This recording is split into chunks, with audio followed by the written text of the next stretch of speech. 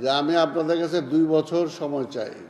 আমি মনে করি যে সিটি কর্পোরেশনের সমন্বয়হীনতা বন্ধ হবে, পাশাপাশি জনগণকেও সচেতন করা যাবে।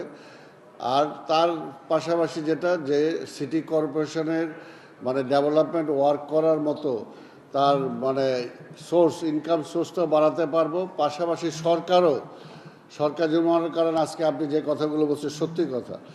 আজকে ঢাকা শহরের নতুন 18টা ওয়ার্ড সিটি কর্পোরেশন অন্তর্ভুক্ত হয়েছে। এখানে কোনো ড্রেনেজ সিস্টেম নাই, কোনো রাস্তা নাই, কোনো লাইটের কোনো ব্যবস্থা নাই। এখন এগুলোকে আনতে হলে তো যদি আজকেই আমি চাই, আজকের মধ্যে তো সেটা সম্ভব না। এই জন্য আমি বলছি যে প্রাথমিকভাবে অন্তত এগুলোকে সমন্বয় করে অর্থাৎ প্রবলেমগুলো আগে আমাকে প্রবলেমটা জানতে হবে। যেখানে আপনি জলবদ্ধতা বলছেন, এই জলবদ্ধতা কিন্তু আজকে সৃষ্টি হয় নাই, বহু আগে থেকে সৃষ্টি।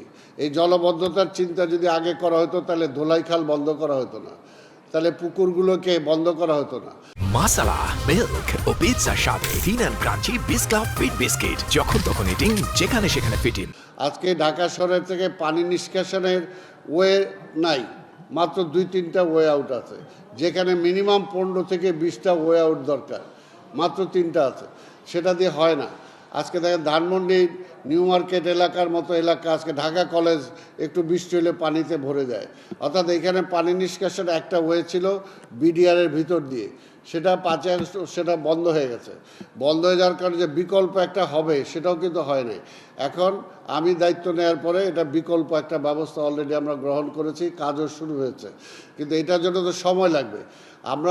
আমরা এই জন্যই বলতেছি যে প্রবলেমগুলো আগে ঢাকা শহরে কতগুলো জায়গাতে পানি জমে এটাকে আমরা ফাইন্ড আউট করেছি, এবং এই পানি জমার কারণটা কি এটা আমরা ফাইন্ড আউট করেছি, এবং এটাকে পার্মানেন্টলি জলাবদ্ধতার হাত থেকে কীভাবে রক্ষা করা যায় তার জন্য কতগুলো সুইচ গেট করতে হবে, কতগুলো পানি নিষ্কাশনের ওয়ে আউট করতে হবে, এগুলো আমরা নির্ধারণ করেছি। এখন আমরা কাজে আছি। এটা হয়তো আমি বলতে পারি যে এই বছর পুরোপুরি জলাবদ্ধতা আমরা দূরীকরণ করতে পারবো না। এইবারের বৃষ্টিতে পানি জমে যাবে, এটা দূর করতে হবে, ঘন্টাটা কমে আনতে পারবো।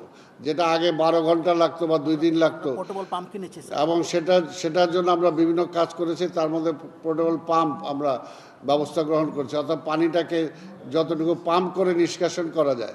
কিন্তু পানিটা নিতে হবে শীতলক্ষায়, পানিটা নিতে হবে বুড়িগঙ্গায়।